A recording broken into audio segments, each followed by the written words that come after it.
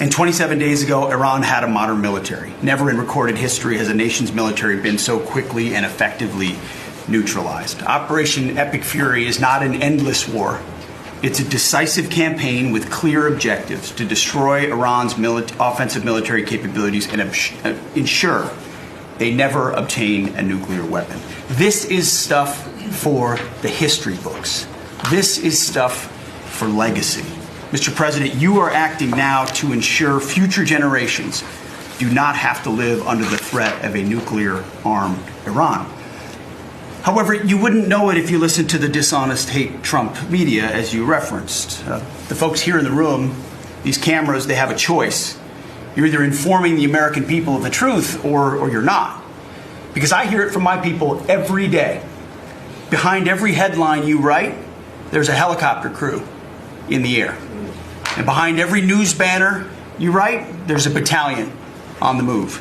And behind every fake news story, there's an F-35 pilot executing a dangerous mission. My message to the media is get it right.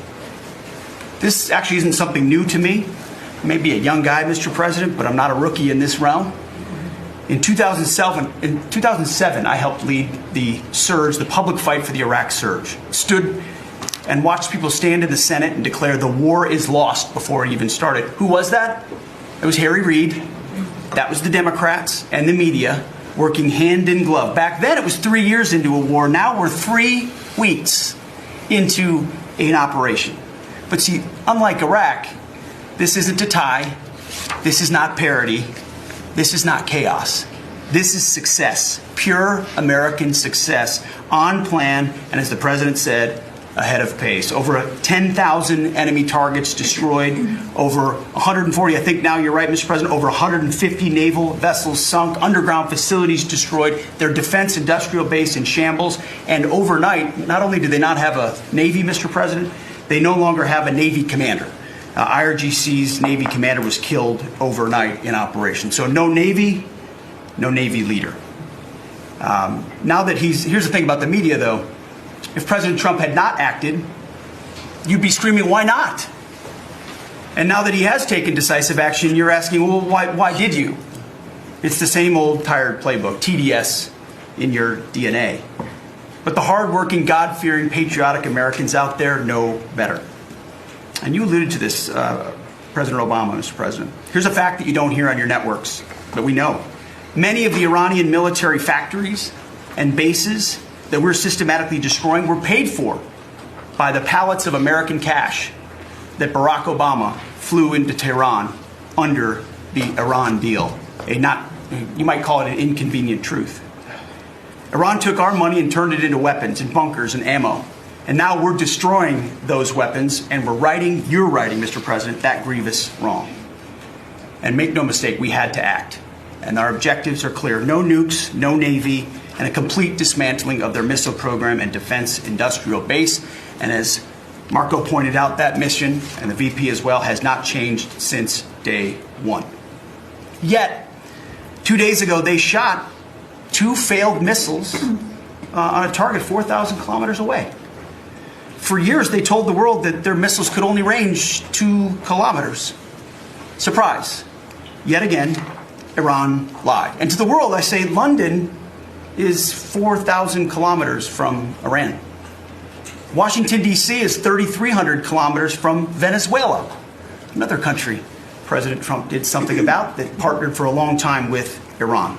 So you're telling us that Iran is not a threat to the world or to the U.S. President Trump knows better.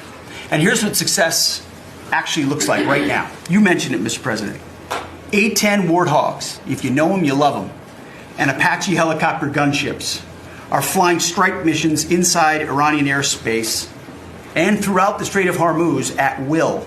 See, you only send these slow, low-flying, close air support platforms when the enemy has no meaningful air defenses left. Their presence is proof that Iran's air defenses are gone. Their command and control is shattered, their top leaders hiding in underground bunkers, while their mid-level commanders are being crushed in the field. The morale of their fighters plummeting, and we see that disconnect daily. They're privately admitting, as you said, Mr. President, very heavy losses. We know that. President Trump has given us a clear mission. Our capabilities are only going up and Iran's are plummeting. We are here to win, and we're full speed ahead. So, Steve, we appreciate your efforts. We pray for a deal, and we welcome a deal. And we have the ultimate deal maker to make it happen. But in the meantime, as I said yesterday, the Department of War will continue negotiating with bombs. War is negotiation by other means. And finally, I want to thank our incredible troops, our pilots, crews, sailors, refuelers, air defenders, the absolute best of America, the real 1% of our country. This president, President Trump, has your back. And I know this cabinet prays for you every single day. And we ask the American people to do the same as they continue in this mission. God bless. Thank you. Thank you very much. It's great.